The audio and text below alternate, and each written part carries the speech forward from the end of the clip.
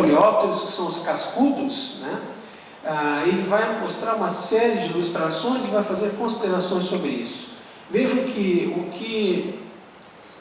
o que vocês têm à esquerda, né, são machos, à direita são as fêmeas, em duas espécies diferentes.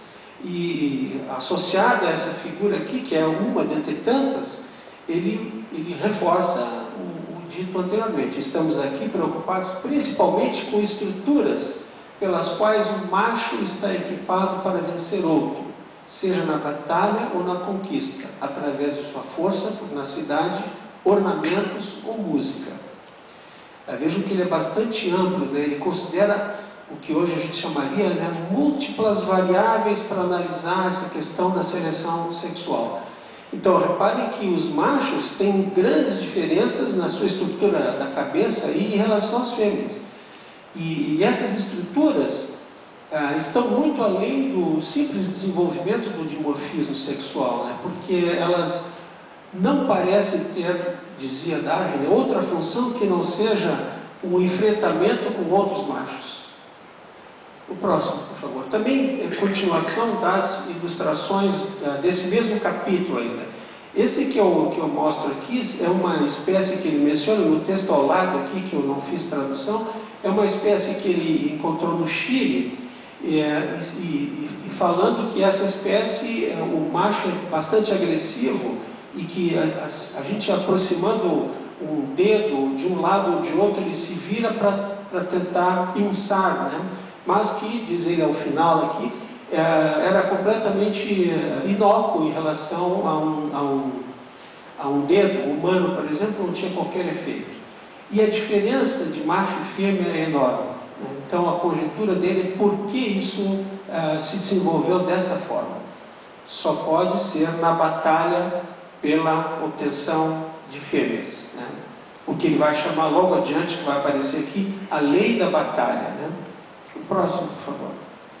Essas aqui também é no mesmo capítulo, mas, perdão, no mesmo livro, mas agora sobre crustáceos. Eu trouxe aqui por um interesse muito chegado a nós, porque essas figuras aqui foram passadas para ele pelo Fritz Miller, que foi um dos grandes defensores do Darwin aqui no Brasil, na América Latina, enfim, né? É uma espécie de crustáceo e não sei se é possível reparar, mas o primeiro apêndice, ele é muito desenvolvido, tem essas garras enormes, só de um lado do corpo, do outro lado é um apêndice normal. E só os machos possuem isso. E isso foi uma figura que Fritz Miller enviou para ele, com alguns comentários. Na verdade, Fritz Miller, no livro que foi escrito em apoio ao Darwin, né? Ali na exposição tem uma cópia, Fatos e Argumentos a favor de Darwin, né? Uma publicação em alemão, que depois foi traduzida para o inglês, patrocinada pelo próprio Darwin. O Darwin contratou um tradutor e se preocupou com toda a edição, né? Porque era uma obra que vinha dar um forte apoio às ideias de Darwin, de modificação das espécies e das relações, perdão, de parentesco. Então essa é uma figura que tem para nós um interesse bastante grande. Próximo, por favor. Ainda dentro da evidência empírica, né? Sobre seleção sexual em aves, por exemplo, o Darwin vai dedicar 4 capítulos desse livro dele à descendência do homem, os capítulos 13 ao 16.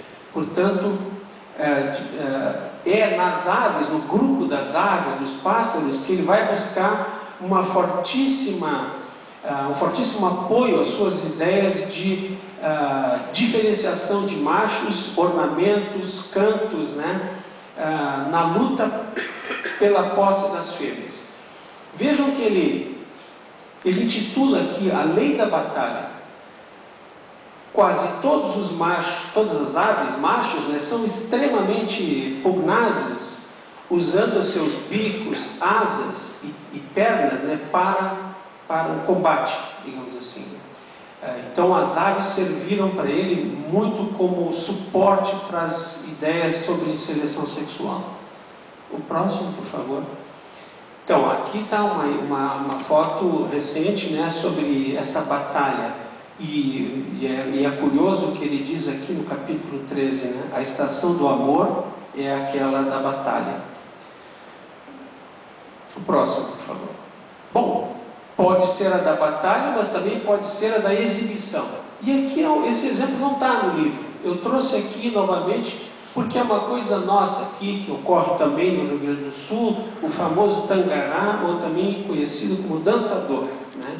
Onde uma fileira de machos se empoleira e, à sua vez, fazem a sua exibição. A fêmea está lá, aquela forma parda, amarronzada.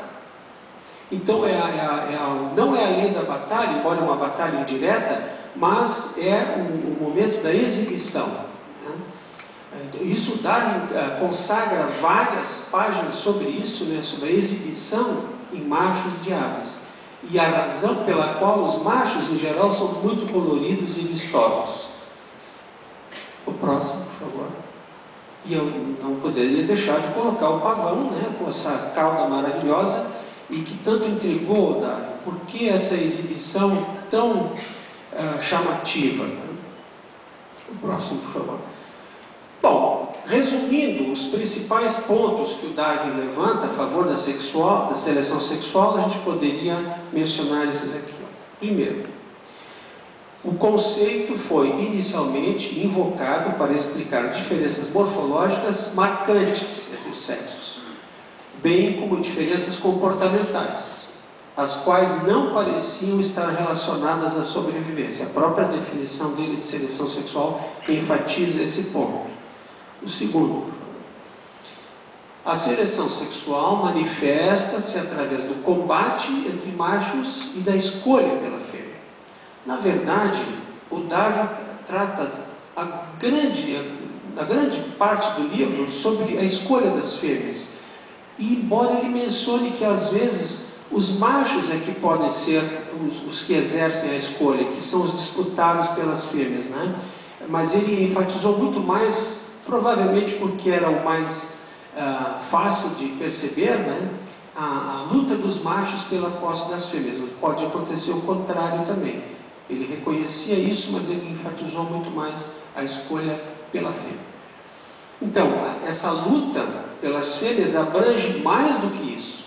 Ela serve para desenvolver outras características envolvidas na competição entre machos, tais como órgãos dos sentidos mais aguçados, modos de locomoção mais eficientes, tamanho corporal, dentre outros. Por exemplo, em relação a órgãos dos sentidos mais aguçados, os machos puderam desenvolver uma percepção muito mais forte em relação a chamadas, vocalizações para atrair fêmeas. Então, uma forma muito mais sofisticada, né, de chamada de fêmeas para o acasalamento.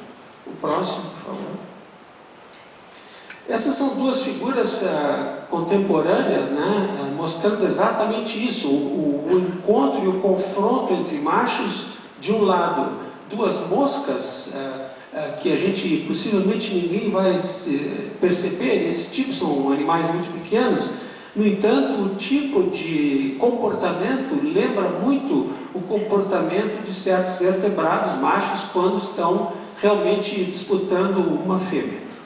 E no outro lado aqui, o nosso tão conhecido arlequim, que tem o primeiro par de pernas muito desenvolvido, e isso é usado como medida da capacidade de um e de outro para a obtenção, um confronto entre dois machos, né? Serve como que medida da capacidade de um, medem forças aqui, né? Quando eles estão disputando uma fêmea. O próximo, por favor. O terceiro ponto do Darwin aqui, veja que ele destaca que a seleção se manifesta tanto em machos como em fêmeas, mas todo o tempo do livro, a ênfase maior é em machos do que em fêmeas.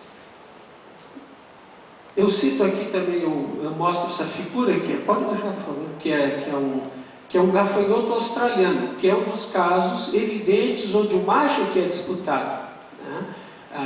Aquela fêmea ali, na verdade, ela dobrou o abdômen e ela está comendo o resto de uma estrutura